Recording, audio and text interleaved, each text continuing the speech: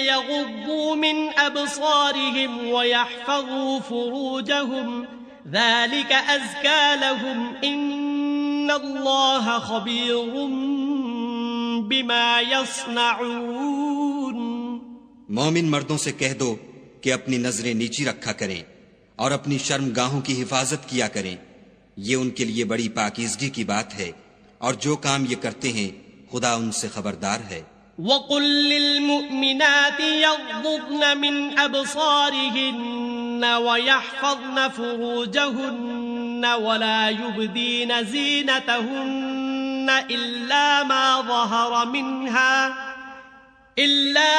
ظَهَرَ مِنْهَا وَلْيَضْرِبْنَ بِخُمُرِهِنَّ عَلَى جُيُوبِهِنَّ ولا يبدين زينتهن إلا لبعولتهن أو آبائهن أو آباء بعولتهن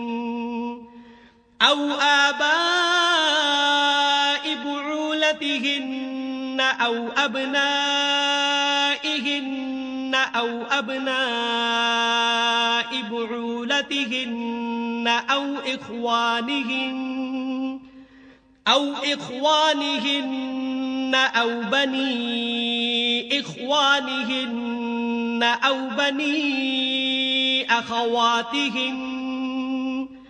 أو بني أخواتهن أو نسائهن أو ما ملكت أيمانهن أو التابعين غير أولي الإربة من الرجال أو الطفل الذين لم يظهروا على عورات النساء ولا يضربن بأرجلهن ليعلم ما يخفين من زينتهن وتوبوا إلى الله جميعا أيها المؤمنون لعلكم تفلحون. اور مومن عورتوں سے بھی کہہ دو کہ وہ بھی اپنی نگاہیں نیچی رکھا کریں اور اپنی شرم گاہوں کی حفاظت کیا کریں اور اپنی آرائش یعنی زیور کے مقامات کو ظاہر نہ ہونے دیا کریں مگر جو اس میں سے کھلا رہتا ہو، اور اپنے سینوں پر اوڑھنیاں اوڑھے رہا کریں اور اپنے خاوند اور باپ اور خسر اور بیٹوں اور خاوند کے بیٹوں اور بھائیوں اور بھتیجوں اور بھانجوں اور اپنی ہی قسم کی عورتوں اور لونڈی غلاموں کے سوا نیز ان خدام کے جو عورتوں کی خواہش نہ رکھیں، یا ایسے لڑکوں کے جو عورتوں کے پردے کی چیزوں سے واقف نہ ہوں، غرض ان لوگوں کے سوا کسی پر اپنی زینت اور سنگار کے مقامات کو ظاہر نہ ہونے دیں، اور اپنے پاؤں ایسے طور سے زمین پر نہ ماریں کہ جھنکار کانوں میں پہنچے اور ان کا پوشیدہ زیور معلوم ہو جائے.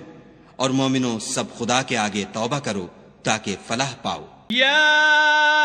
ایھا النبی